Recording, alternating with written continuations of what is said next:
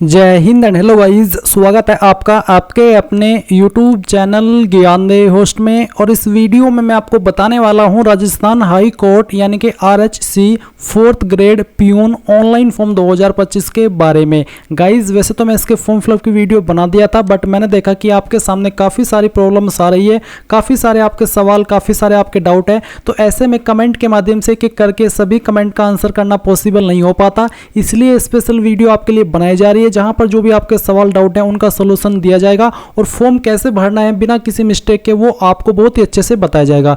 Main चीज़ें इसके अंदर बता दूं कि क्या क्या चीज़ों का आपको यहां पर आंसर मिलेंगे। आपको बताया जाएगा कि भर्ती कैसी है, परमानेंट है, कॉन्ट्रैक्ट बेस है और सैलरी आपको कितनी मिलेगी वो आपको बताया जाएगा। अगर आप 2019 में भी इस भर्ती में अप्लाई किए थे तो आप कैसे यहाँ पर अपनी फीस माफ करा सकते हैं उसके बारे में बताया जाएगा। अगर उसके बारे में अभी बात करी जाए तो बता दूं, अगर आपके पास 2019 के अंदर जब आपने अप्लाई किया था उसका रजिस्ट्रेशन नंबर अवेलेबल है तो गाइज आप उस रजिस्टर नंबर का इस्तेमाल करके अपनी फीस माफ करा सकते हैं, आपको दोबारा फीस पे करने की आवश्यकता नहीं पड़ेगी।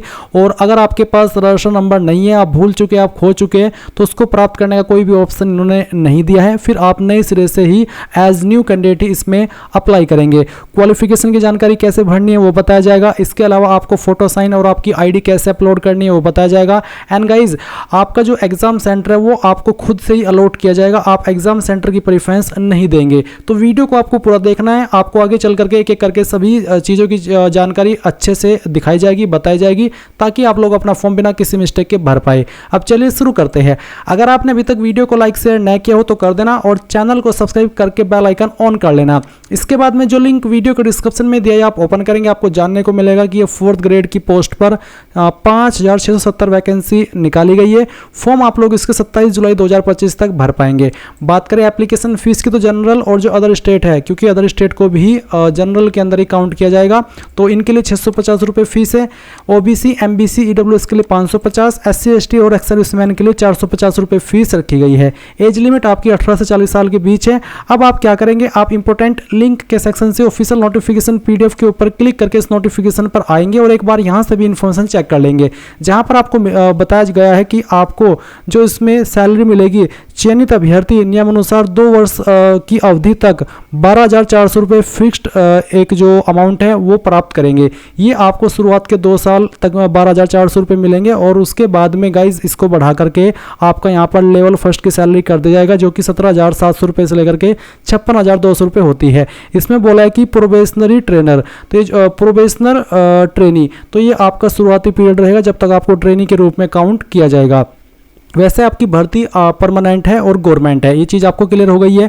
और आपकी जो बाकी की इन्फॉर्मेशन है वो मैं आपको बता ही चुका हूँ। अब यहाँ पर बात करते हैं कि कैसे आपको अप्लाई करना है। अप्लाई करने के लिए गाइज आप यहाँ पर इंपॉर्टेंट लिंक के सेक्शन में आएंगे और अप्लाई ऑनलाइन लिंक ओपन करेंगे। अब आपके सामने यहाँ पर कुछ ऐसा इंटरफेस आएगा जैसा कि आप वीडियो में देख सकते हैं। यहाँ पर आ जाने के बाद में आप न्यू यूजर रजिस्टर नाउ इसके ऊपर क्लिक करिएगा। फिर आपको यहाँ पर आपका नाम एंटर करना है। ये नाम आप आपका 10th के सर्टिफिकेट के अकॉर्डिंग फिल करेंगे। फिर गाइज आपका जो फादर नेम है वो भी आपको यहाँ पर एंटर कर देना है। उसके बाद में आप यहाँ पर आपका मदर नेम एंटर करेंगे। फिर आपको आपका जेंडर सेलेक्ट करना है, मेल या फिर फीमेल।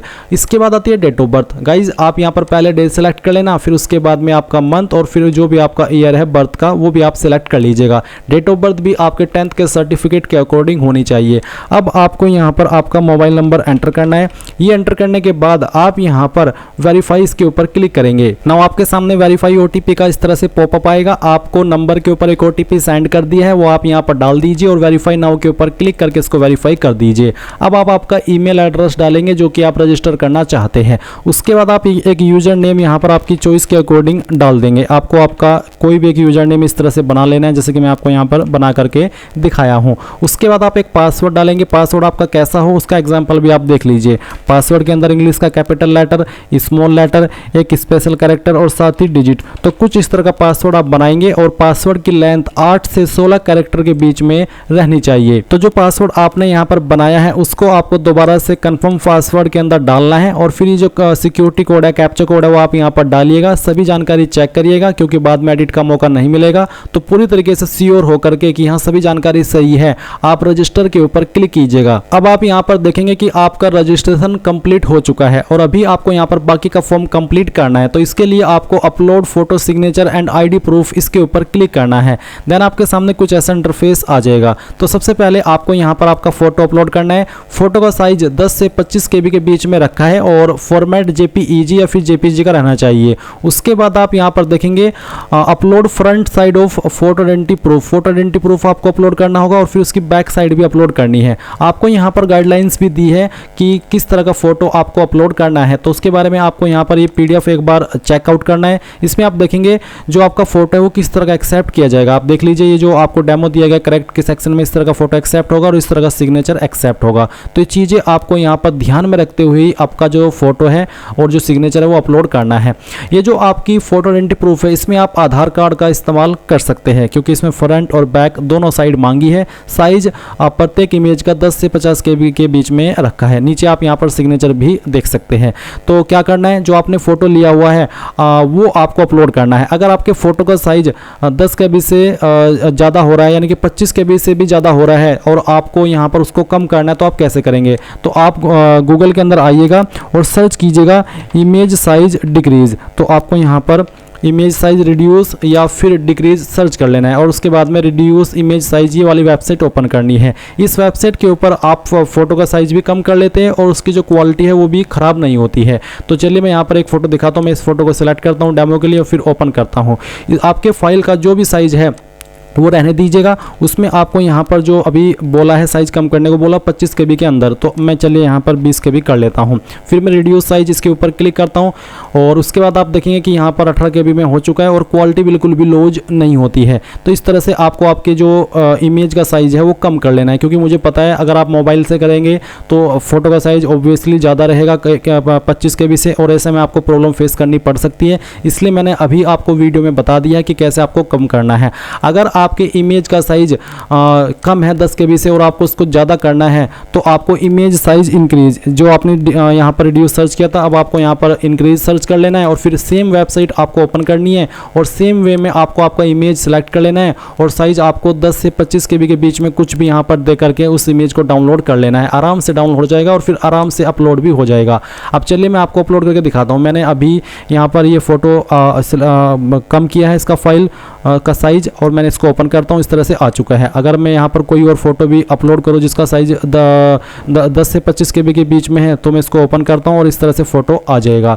तो मैंने आपको बता दिया कि कैसे करना है। अब आपको यहाँ पर आपकी जो आइडेंटिटी प्रूफ है वो अपलोड करनी है। इसका साइज भी 10 से 50 KB के बीच में रखा है। तो पहले आप फ्रंट साइड सेलेक्ट करेंगे, उसके बाद में आप बैक साइड सेलेक्ट कर लेंगे। उसके बाद आपका यहाँ पर जो भी सिग्नेचर है वो फाइल आप सिलेक्ट करेंगे। सिग्नेचर का साइज भी 10 से 25 KB के बीच में ही रखा है। तो इस तरह से आपका सिग्नेचर आएगा। एंड देन जैसे आप ये जो आईडी है वो भी अपलोड कर दे। मैं सिक्योरिटी रीजन से इनको यहाँ पर अपलोड नहीं कर रहा हूँ, आप कर दीजिएगा, मैं बाद में इनको अपलोड करके आगे बढ़ूंगा। जैसे आप कर दे आप यहाँ पर टिक करेंगे, ये कैप्चा कोड डालेंगे और सेव एंड कंटिन्यू इसके ऊपर क्लिक करेंगे। गाइज जैसे ही आपका फोटो सिग्नेचर और जो आईडी है वो अपलोड हो जाए तो आप इस वाले इंटरफेस पर आ जाएंगे। अब आपको फिल फॉर्म पर क्लिक करना है। यहाँ पर आप आपकी जो अन्य इन्फॉर्मेशन है वो फिल करेंगे। तो मैरिटल स्टेटस बताना है, अनमैरिड, मैरिड, डाइवोर्सी, मेल या विडोवर, जो भी है वो आपको सिलेक्ट कर लेना है आपका स्टेटस। फिर मूल निवासी आप राजस्थान के हैं या फिर अदर स्टेट के। अगर अदर स्टेट के हैं तो आपकी यहाँ पर एरिया ऑटोमेटिकली नॉन TSP रहेगा। और अगर आप यहाँ पर राजस्थान से है तो राजस्थान सेलेक्ट करने पर आपको आपकी nationality citizen of India select करनी है और उसके बाद में जो एरिया है आपका नॉन TSP है या फिर TSP है। तो अगर नॉन TSP है तो नॉन TSP के अंदर जो डिस्ट्रिक्ट आती है वो यहाँ पर आपको देखने को मिल जाएगी। और अगर आप TSP एरिया से है तो TSP एरिया के अंदर ये 4 डिस्ट्रिक्ट ही आती है, तो आपको यहाँ पर इन्हीं 4 के ऑप्शन देखने को मिलेंगे। अगर आप यहाँ पर TSP सेलेक्ट कर लिए और फिर देख रहे हैं कि यार मेरी डिस्ट्रिक्ट इसमें नहीं आ रही है तो आपकी डिस्ट्रिक्ट नहीं आएगी, क्योंकि आपकी डिस्ट्रिक्ट TSP एरिया के अंदर नहीं आती होगी, इसलिए यहाँ पर वो नहीं आ रही है। तो जो भी है आपका स्टेटस वो आप यहाँ पर सेलेक्ट करिएगा एरिया का और फिर आपकी होम डिस्ट्रिक्ट सेलेक्ट कर लीजिएगा। उसके बाद में आप यहाँ पर देखेंगे कुछ और इन्फॉर्मेशन आपके सामने है, जहाँ पर पूछिए कैटेगरी डिटेल, तो आपकी कास्ट कैटेगरी क्या है। तो जैसे कि मैंने कहा कि अगर आप अदर स्टेट से है तो आपको यहाँ पर सिर्फ जनरल का ऑप्शन देखने को मिलेगा और अगर आप राजस्थान से है तो आपकी सभी कैटेगरी यहाँ पर दी गई है। तो जो भी है वो आपको देनी होगी। जनरल को यहाँ पर कास्ट सर्टिफिकेट की इन्फॉर्मेशन नहीं देनी होती है क्योंकि उनको ज़रूरी नहीं होता। तो अगर आपकी जनरल के अलावा अन्य कैटेगरी है तो आपको यहाँ पर उसकी इन्फॉर्मेशन देनी होगी। मान लीजिए आपकी कैटेगरी SC है तो आपको यहाँ पर जो आपका कैटेगरी सर्टिफिकेट है उसका जो नंबर है वो आपको देना होगा। आपको आपके सर्टिफिकेट के ऊपर देखने को मिल जाता है और किस डेट में आपका सर्टिफिकेट इशू है वो डेट भी आपको यहाँ पर खुद से टाइप करनी होती है इसी फॉर्मेट में, जैसे कि मैं आपको यहाँ पर टाइप करके दिखा रहा हूँ इस तरह से। फिर आती है स्पेशल कैटेगरीज, जैसे कि क्या आप विकलांग है, अगर हाँ तो यस, नहीं तो आप नो कर देंगे। अब आप यहाँ पर कुछ सवालों के आंसर करेंगे। जैसे कि यहाँ पर सवाल है कि राज्य के मामलों के संबंध में मूल या अस्थायी समता में सेवारत कर्मचारी, अगर है तो आपको यहाँ पर यस करना है, नहीं तो आप नो करेंगे। फिर संरक्षक रक्षा सेवा कार्मिक अगर है तो आपको यस करना है, नहीं तो आप यहाँ पर भी नो करेंगे। भूतपूर्व सैनिक यानी कि एक्स सर्विसमैन है तो आप यस करेंगे, नहीं तो यहाँ पर भी नो करना है। फिर है नियोक्ता द्वारा जारी पीपीओ संख्या, तो अगर आपके ऊपर ये सवाल एप्लीकेबल हो रहा है आपकी डिटेल्स के अकॉर्डिंग तो आपको देना होगा, नहीं तो आप इसको इग्नोर कर दीजिए। क्या आप एक उत्कृष्ट खिलाड़ी है, स्पोर्ट्स पर्सन है, आउटस्टैंडिंग, अगर हाँ तो यस, नहीं तो आप नो करेंगे। अब आपको आपके एड्रेस की इन्फॉर्मेशन देनी है। तो सबसे पहले आप यहाँ पर देखेंगे आपका एड्रेस, तो आपका जो भी एड्रेस है वो आप यहाँ पर भर दीजिएगा। फिर आपको यहाँ पर आपका शहर, गांव, सिटी, विलेज जो भी लगता है आपके ऊपर वो आप यहाँ पर भरिएगा। डिस्ट्रिक्ट कौन सी है वो आप यहाँ पर डाल दीजिएगा और आपका पिन कोड क्या है वो भी आपको यहाँ पर भर देना है। स्टेट आपकी कौन सी है वो स्टेट आपको यहाँ पर सेलेक्ट कर लेनी है। मैं डेमो के लिए यहाँ पर सेलेक्ट करके दिखा रहा हूँ, आप आपकी रियल इन्फॉर्मेशन भरिएगा।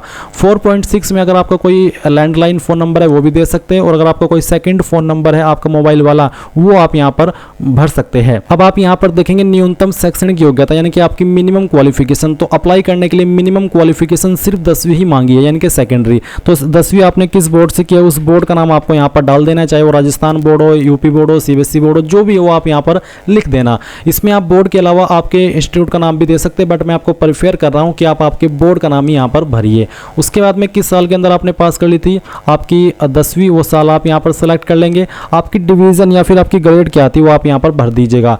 जिनके 60+ % होते हैं वो यहाँ पर फर्स्ट डिवीज़न के अंदर आते हैं, और आपको पता ही होगा कि इसमें डिवीज़न और ग्रेड क्या होती है, तो उसी के अकॉर्डिंग आपको ये भरना है। अब आपको यहाँ पर 6 पॉइंट में कुछ सवालों के आंसर करने हैं। जैसे कि क्या आपके एक से अधिक जीवित पति पत्नी है, अगर है तो हाँ, नहीं तो आपको नो करना है। क्या आपने अपनी शादी में दहेज स्वीकार किया है, अगर किया है तो यस करना है, नहीं तो नो कर देना। फिर एक और सवाल है कि क्या आपका विवाह किसी ऐसे व्यक्ति से हुआ है जिसके पहले से जीवित पति पत्नी है, अगर है तो यस, नहीं तो आप नो करेंगे। क्या आपके विरुद्ध कभी कोई प्रथम सूचना रिपोर्ट FIR दर्ज की गई है, अगर की गई है तो यस, नहीं तो आप नो करेंगे। इसके बाद क्या आपके विरुद्ध कभी किसी अपराध के लिए न्यायालय में कोई आरोप पत्र दाखिल किया गया है, अगर किया गया है तो यस, नहीं तो यहाँ पर भी आपको नो करना है। फिर क्या आपके संबंध में कभी कोई नकारात्मक अंतिम रिपोर्ट न्यायालय में दायर की गई है, अगर की गई है तो यस, नहीं तो यहाँ पर भी नो करना होगा। फिर क्या आपको कभी किसी न्यायालय द्वारा नैतिक अधमता से जुड़े किसी अपराध के लिए दोषी ठहराया गया है, अगर ठहराया गया है तो यस, नहीं तो यहाँ पर भी नो कर देना है। क्या आपको किसी न्यायालय द्वारा नैतिक अधमता के अलावा किसी अन्य अपराध के लिए दोषी ठहराया गया है, अगर हाँ तो यस, नहीं तो नो करना है। क्या आपके ऊपर कोई केस पेंडिंग है, अगर हाँ तो यस, नहीं तो यहाँ पर भी नो कर देना है। और क्या पूर्व नियोक्ता द्वारा सेवा से बर्खास्त, हटाया, समाप्त किया गया है, अगर आपको किया गया है पहले कभी तो यस, नहीं तो नो कर देना। फिर क्या आपको किसी परीक्षा में बैठने से स्थायी रूप से वंचित या अयोग्य घोषित कर दिया गया है, अगर कर दिया गया किसी एग्जाम से परमानेंटली डिब्रेड या डिस्क्वालीफाइड या ब्लैक लिस्ट तो हाँ करिए, नहीं तो आपको नहीं करना है यानी कि नो करना है। अब आप डिक्लेरेशन में आई एग्री के ऊपर क्लिक करेंगे। पैलेस में आपको यहाँ पर उस जगह का नाम देना है जहाँ से आप फॉर्म को भर रहे हैं। आपको आपके डिस्ट्रिक्ट का नाम दे सकते हैं जिस डिस्ट्रिक्ट से आप हैं, क्योंकि विलेज का नाम यहाँ पर नहीं दीजिएगा। आपको आपके पैलेस जहाँ आपका मेन सिटी है वो आप यहाँ पर भर दीजिएगा। आपको यहाँ पर आपका नाम नहीं भरना है, बहुत सारे कैंडिडेट इसमें नाम भर देते हैं, आपको आपका नाम नहीं भरना है। फिर एक और सवाल है 8 पॉइंट में कि क्या आप जिला न्यायालय, जिला विधिक सेवा प्राधिकरण चतुर्थ श्रेणी भर्ती 2019 के आवेदक होने के आधार पर भुगतान किए गए परीक्षा शुल्क में छूट चाहते हैं, अगर हाँ तो आप यहाँ पर यस करेंगे, और यस करने के बाद में आपको भुगतान किए गए परीक्षा शुल्क की राशि यहाँ पर इसमें सेलेक्ट करनी होगी जो आपने उसमें भुगतान किया था। साथ ही साथ जिला न्यायालय, जिला विधिक सेवा प्राधिकरण चतुर्थ श्रेणी भर्ती 2019 की आवेदन संख्या भरे, यानी कि जब 2019 के अंदर आपने फॉर्म भरा था तो आपको उसकी आवेदन संख्या याद होनी चाहिए, वो आपको यहाँ पर भरनी होगी, तभी आपकी ये फीस माफ़ हो पाएगी। यानी कि अगर आपने पहले भी ये फॉर्म भरा था तो उनके लिए सवाल ऐड किया गया है, पर अगर आपने पहले फॉर्म भरा था और आप वो नंबर भूल चुके हैं, क्योंकि यहाँ पर आपको उसको फॉरगेट करने का भी कोई ऑप्शन नहीं दिया है, तो आप इसमें नो करिएगा, और नो करने के बाद में एक कैप्चा कोड डालिएगा और सेव एंड मेक पेमेंट के ऊपर क्लिक कीजिएगा। अब आपको यहाँ पर इस तरह का इंटरफेस देखने को मिलेगा। अगर आप नेट बैंकिंग के माध्यम से फीस जमा करना चाहते हैं तो आप यहाँ पर इनमें से किस बैंक की नेट बैंकिंग यूज करना चाहते हैं वो सेलेक्ट कर लीजिए। पर अगर आप चाहते हैं कि आपको सभी विकल्प मिले, डेबिट कार्ड का भी आपका नेट बैंकिंग का भी और कार्ड का भी। तो आप एग्रीगेटर सेलेक्ट कर लेना और फिर यहाँ पर पेटीएम ये वाला सेलेक्ट करके पे नाउ के ऊपर क्लिक कीजिएगा। फिर गाइज आप यहाँ पर देखेंगे कि आपके सामने काफ़ी विकल्प होंगे, जिसमें कि आप देख सकते हैं QR कोड का भी आप इसको स्कैन करके अपनी फीस जमा कर सकते हैं। फिर आप prepaid debit and credit card का इस्तेमाल कर सकते हैं, UPI का कर सकते हैं, ऑल नेट बैंकिंग का कर सकते हैं। तो जिस माध्यम को अब आप यहाँ पर यूज करना चाहे वो कर लीजिएगा। और अपनी फीस जैसे ही आप जमा कर दे तो फिर आपको इसी वेबसाइट के ऊपर रिडायरेक्ट किया जाएगा जहाँ से आपने फॉर्म फिल करना स्टार्ट किया था, और आप अपने फॉर्म का फाइनल प्रिंट आउट ले पाएंगे। और इस तरह से गाइज आप लोग अपना फॉर्म बिना किसी मिस्टेक के भर पाएंगे। आई होप ये प्रोसेस आपको पसंद आया होगा। अगर अभी भी कोई सवाल डाउट रह गया हो इतनी जानकारी के बाद भी तो आप कमेंट के माध्यम से पूछ लेना। Thanks for watching. जय हिंद।